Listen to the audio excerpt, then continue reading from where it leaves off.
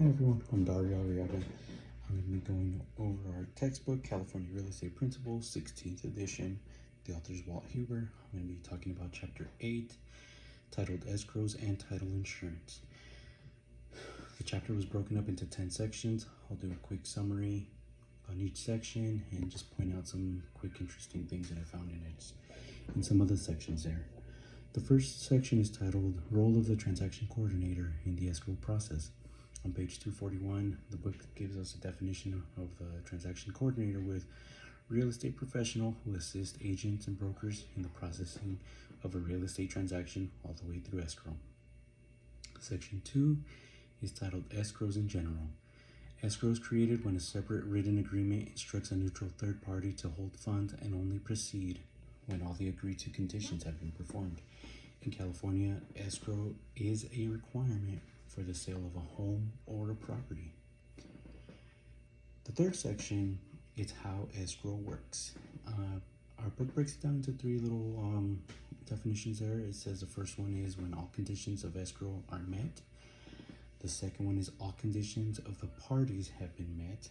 And the third is the parties have received an accounting of the procedure. If at any time during escrow, if both parties agree to a change, the change can be put into effect if it is written down into the escrow and approved. And if there's any kind of dispute, escrow cannot continue. Something pretty interesting in that section that I learned is that a real estate licensee is prohibited by law from receiving any kickback for solicitation of escrow business. So even though we can recommend escrow companies, we cannot receive any kind of benefit from their business. And this lets the escrow company be completely neutral to both the buyer and the seller. Section 4 is called proration, and this is where property taxes, interest, fire insurance, and rents are prorated to the date that that was previously agreed upon, or when the escrow closes. So if anything is owed, they divide it into the month and they pay per the day that they use there. The fifth section is called Termites and Other Problems. In California, it does not require pest control inspection, but a lot of lenders do require that. So again, even though California does not need it, most vendors will ask for it. Section 6 is called Fire Insurance, which is interesting. Fire insurance will only cover the home and not the land. Our book says that the land cannot be burned down, so it'll only cover the real property. So again, just the house there.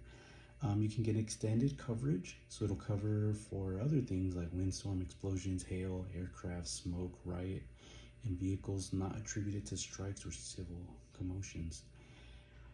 Section 7 is called Title Insurance. The title insurance is an insurance for a lender.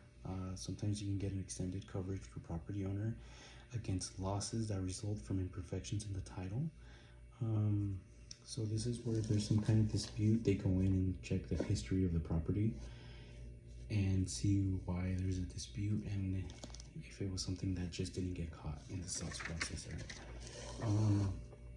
The 8th section is types of title insurance policies. There's the most common one in California is called California Land Title Association, CLTA. You can get the extended coverage, which will cover many of the things that are excluded by the CLTA, and that insurance is called the American Land Title Association, ALTA. Section 9 is called the Real Estate Settlement Procedure Act. This is where any closing cost must be cleared up front before escrow closes.